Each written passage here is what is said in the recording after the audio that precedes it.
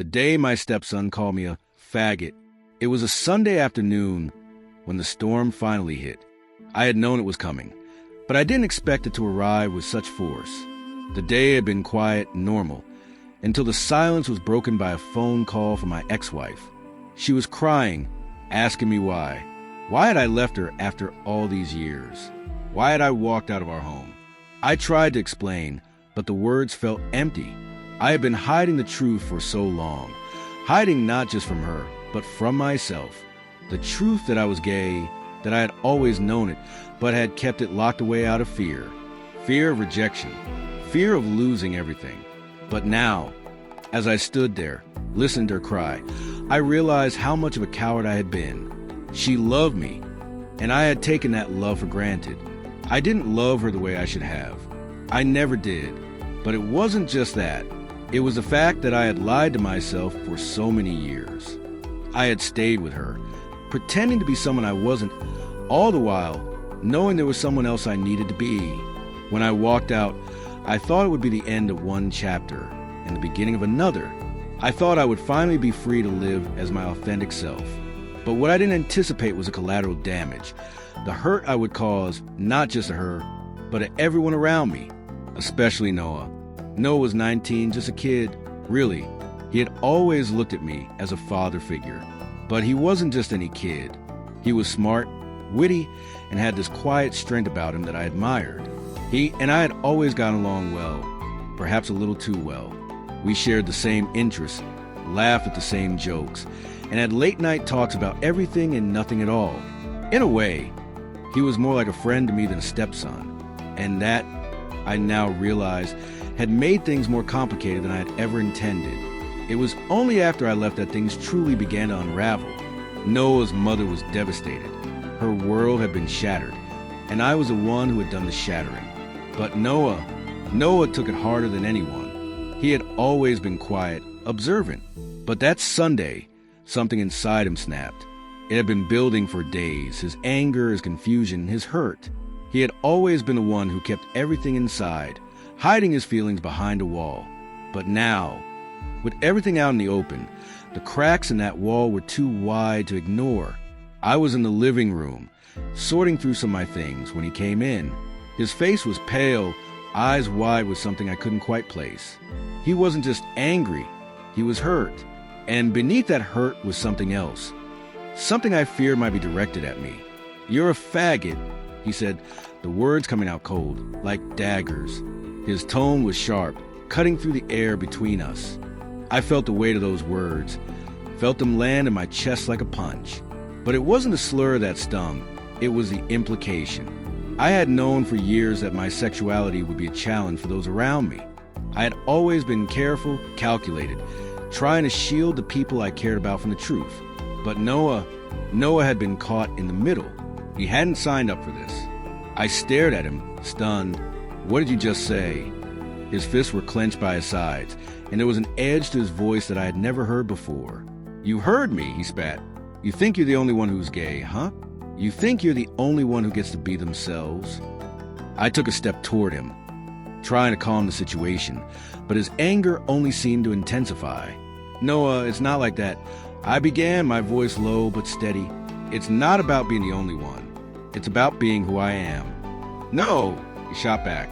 "It's about you tearing everything apart. You don't get to just walk out on us, on Mom, and act like nothing happened. You don't get to act like you're some fucking hero, because you finally decided to be who you really are. You ruined everything for us. You ruined our family." I was silent, the weight of his words sinking in deeper than I could have imagined. He was right, in a way. I had ruined everything. But it wasn't just that I was gay.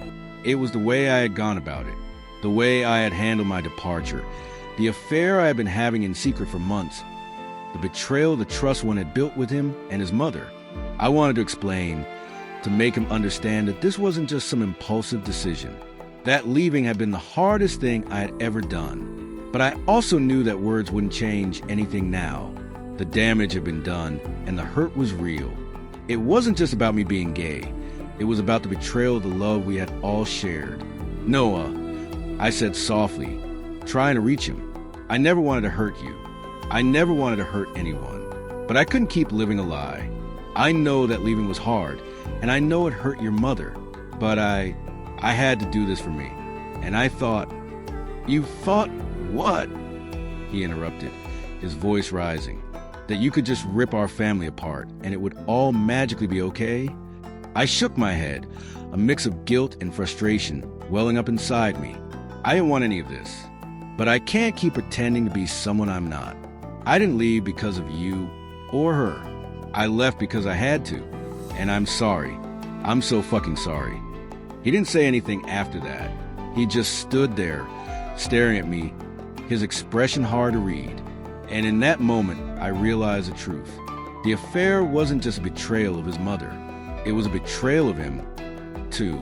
It was a betrayal of everything we had built together, all the moments we had shared, even the quiet ones where he and I simply understood each other, without needing words.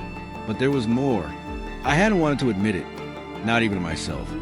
But Noah's anger, his words, they were also rooted in something deeper, something I had never seen coming, something I had been too afraid to acknowledge. Noah was gay, too. I had suspected it, of course, but the way he lashed out, the rawness of his words, told me more than anything else. He was angry not just because of what I had done to his family, but because he was struggling with his own identity. The truth was, he wasn't just angry at me for being gay. He was angry at himself for not being able to live his truth yet. And he saw in me a reflection of everything he'd been hiding inside. The realization hit me like a wave. Here I was, trying to figure out how to deal with my own truth. And all along, Noah had been wrestling with his. The difference was, he hadn't been able to express it yet, not like I had. And that was where our connection, our bond, had become so dangerous. But in that moment, standing there in the kitchen with him, I knew that we had to talk. We had to find a way through this. I didn't want him to hate me, but I also couldn't make him forgive me. Not yet, at least. Do you want to talk? I asked quietly. He shook his head, turning away from me. No, he muttered, before walking out of the room.